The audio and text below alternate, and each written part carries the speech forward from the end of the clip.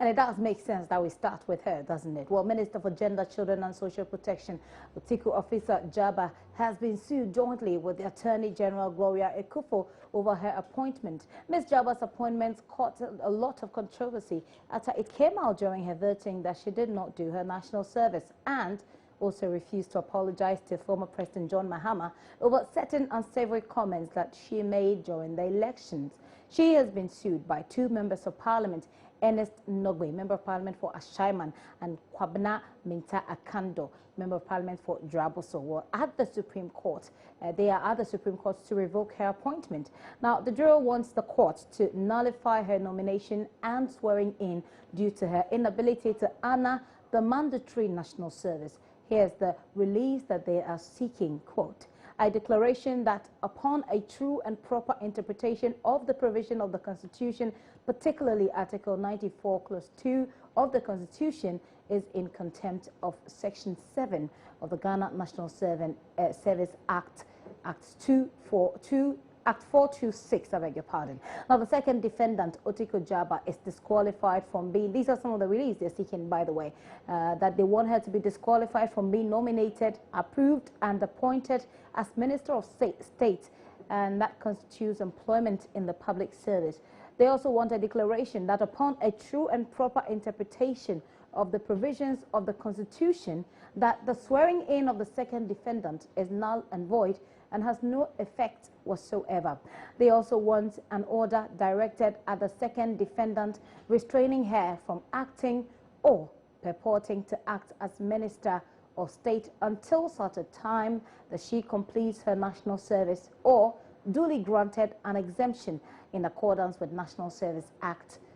And these are contained in the writ that they have served. Her approval in Parliament was boycotted, of course, by the minority, but she sailed through after a simple majority vote.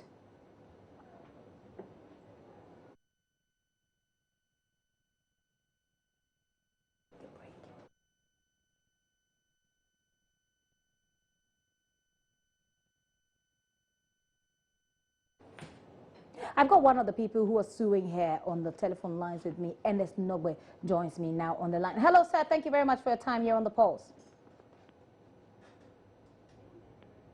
Hello, can you hear me? Yeah, I can hear you. Okay. Mr. Nogbe, now you're taking this matter to court. Have you not heard the Minister of Defense, Dominic Nitiwo? Yes. Have you not heard Minister of Defense, Dominic Nitiwo, say that they've secured a waiver from the National Service Secretariat on her behalf? Hello. Well, it appears that I've lost Mr. Nogbe, but we'll be engaging him on this matter. This is The Pulse. My name is Gifty Andopi. I'll take a very quick break. When I return, we engage the issues further. Please be my guest.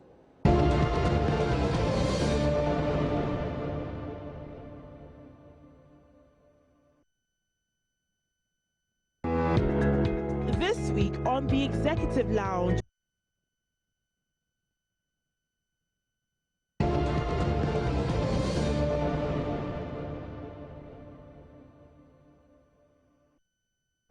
We're back. We've got Ernest Nogbe back on the line. Hello, sir. Thank you very much for your time here on the Pulse. I was asking you before the line dropped whether or not you were aware that the Defense Minister Dominic Nitiwo has indicated earlier that they have been able to receive, or they have been able to get a waiver for Madam Afisa Djaba from the National Service Secretariat. Are you not aware about this? Well, thank you very much. If that is the case, we want the court to determine when one is supposed to get the waiver. Is it at a point in time that you realize you may not be able to do national service, that is why you have to go for the waiver, or at a point in time that you have been nominated to hold a particular or appointed to hold a particular public office, that is when you go for the waiver. So we want the court to determine this. We just want the interpretation of the law so that going forward, this matter will be resolved. What do you say to the people who say that really this is much ado about nothing because she's already been made minister? Let her do the job and let sleeping dogs lie. Well, she can do the job. That is their opinion. Opinion are like noses. What we want to seek we're seeking to do is for the Supreme Court to interpret the Article 94, that's 2G, to us, and also the National Service Secretariat Act, the National Service Act, that is what to say. They should just interpret it for whether it's very important or compulsory for us to do national service, and if you don't do it, what are the punitive measures that will be taken against one? Because this has happened in NDC era, that is Otiko's issue, and it is still happening. Anytime it comes up, you see the hula baloo surrounding it. So we just want the interpretation of the law. How about those who say that really this is just an issue, this is just a matter of political rivalry, and that perhaps if this person has been in your camp, you wouldn't be up in arms over things like this. They for instance, cite Otiko as one of the people who did not do the national service, of course, but whose nomination went through in Parliament. Yeah, during Otiko's time, some of us were not in Parliament, so we could not take the matter up. We were seriously campaigning in our constituencies, so we couldn't take the matter. But we should not just sit down all the time saying that, oh, this is just a political rivalry or whatever it is. We must test the law. We must make sure our laws work. We must make sure that our institutions work in Ghana. And these are some of the things some of us want to champion in this particular 7th Parliament. So it's not about political witch hunting or rivalry. It is about interpretation of the law as of what we are supposed to do moving forward. There's another person who has come before the committee who also did not undertake national service. I'm talking about Catherine Apeku. She has gone through the she's done with her vetting, and we're expecting that she'll be approved. Is she one of the people you're perhaps going to sue over the national service? Well, maybe the ruling of this one may determine whether she has to be approved. As I speak with you now, she has not been brought to the floor of Parliament for us to debate about her nomination or her appointment yet. She faced the appointment committee, though, and she made some remarks there that she didn't do national service. But she was quick to say that if she had the opportunity, if given the chance, she would do it. So okay. If she comes to the floor of Parliament, we will know how to handle that one. So one will say that if you genuinely just wanted to make sure that we are sticking to the law and making sure that institutions work, that you would perhaps advocate for her to be able to do the national service as a minister, because that was one of the provisions as well, that she could do or serve her term as a minister, or serve the national service term even as she is a minister. Why won't you advocate for something like that rather than... Yeah, but I will not be able to, I will not be the one to determine whether she should do the national service as a minister. Well, I'm talking about advocacy. I'm talking about advocacy, that you yeah, could you can perhaps advocate. You can advocate, but where will it end? You can advocate. Well, you tell me, you are in Parliament, you should know how Parliament works. How would it have worked in Parliament if you were to advocate for that? Yeah, we will advocate, and we are the advocates. That is why we said that because she didn't do national service, she has to do national service. So it is left to her and then authorities to say that she's going to do national service at that particular place, and she'll be taking national service allowance. So since that has not been done, we cannot tell her to do what she may not be able to do, or she's not ready to do, or the authorities may not be able to do. So we are just advocating that she has not done her national service, and she must do national service before any appointment. So it will be left with the authorities to say that, okay, you are going there to do your national service, and you'll be taking national service allowance. We don't have anything against that. But for now, it is the court that will determine whether she has to do national service at the ministry or elsewhere. Will that necessarily facilitate a withdrawal of your case in court? Not at all. The case is in court already. So what we are waiting for is the hearing day, so that we all go and then seek this interpretation and know what to do moving forward. Okay. We'll say a very big thank you to you, Ernest Nogbe, is Member of Parliament for Simon, one of the people who are suing the Minister for Children, Gender and Social Protection, Madam Otiko Officer Djaba there. Okay. We can now move on to another nominee who has been just ended his session at the vetting committee. Well, I'm talking about the Information Minister Designate Mustafa Hamid. He's made an appearance before the appointment committee, like I said, and he's had careers as journalist, radio show host, and a politician. While his vetting was brief, but he had to answer the questions on his CV, previous comments, and religious beliefs, among others. In the last 10 years, he's been spokesperson to the president, eloquent, very active during the 2016 campaign as well.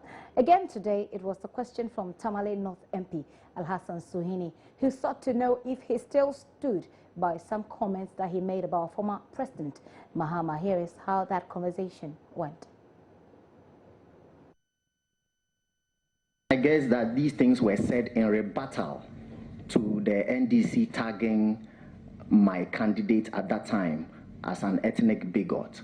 So, Mr. Chairman, I guess that under the circumstances, I thought that it was okay to say that you are the opposite candidate is and not us, and that's the context in which I said that. Now, sitting here as a Minister of State, would you use the same language to describe either your opponent or your president? Mr. Chairman, certainly not. Chairman, to Mr. Nominee, the Constitution of Ghana abhors matters of tribalism and ethnocentrism. Do you regret those comments? Mr. Chairman, I regret the polluted political environment that enables people from both sides of the political divide to throw such invectives into the public space and poison the atmosphere. I regret that environment very much. If by your grace I am minister, inshallah, I shall work to rid our environment of such pollution. I promise you that, Mr. Chairman. Such invectives, is that your commitment? Yes, that I will. My commitment is that, first of all, including those that are likely to be manufactured by you, is that your Mr. Chairman, I would not manufacture stuff. I will not. I promise you that.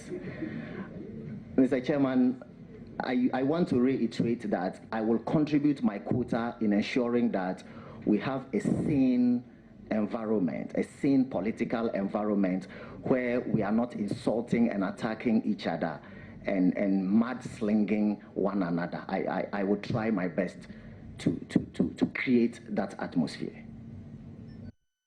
Creating an atmosphere that doesn't encourage mudslinging, that's what he says. Well, another person who was there was representing, or was supposed to be talking for fishermen. Well, fishermen will be controlling the disbursement of premix fuel. This is according to the minister designate in charge of fisheries, Elizabeth Quay, when she took her turn at the appointment committee of Parliament. Now, the minister designate was answering a question on measures that her ministry will put in place to reduce the challenges that are associated with premix fuel disbursement. Here's an excerpt from her vetting session as well. The premix fuel is the procurement and distribution of premix fuel is fraught with a lot of problems. Chief amongst these problems are the diversion of the premix fuel. There's also the adulteration of the products. What I intend to do is to ensure that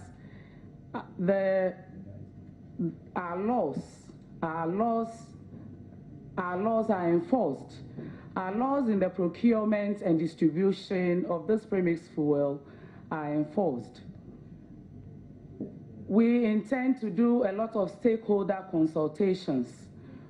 We intend to devolve a lot of the powers of the Fisheries Commission into the hands of the fisherfolk.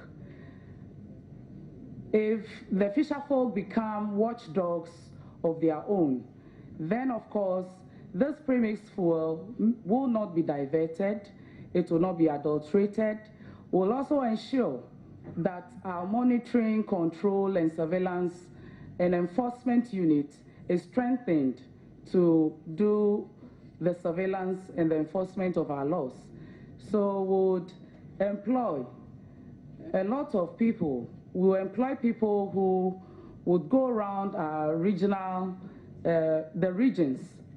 We will allocate, regions to certain coordinators, people who are going to ensure that when the premixed fuel is procured and it's been designated for a particular landing beach, that premixed fuel, gets to its destination, and then we get the feedback from the coordinator or the representative there that we have put there. We ensure that the premixed fuel gets to its destination, and then we get a feedback that it has actually got to where we intended for it to be.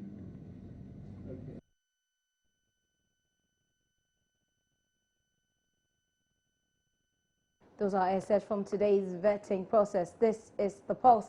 I'll be right back.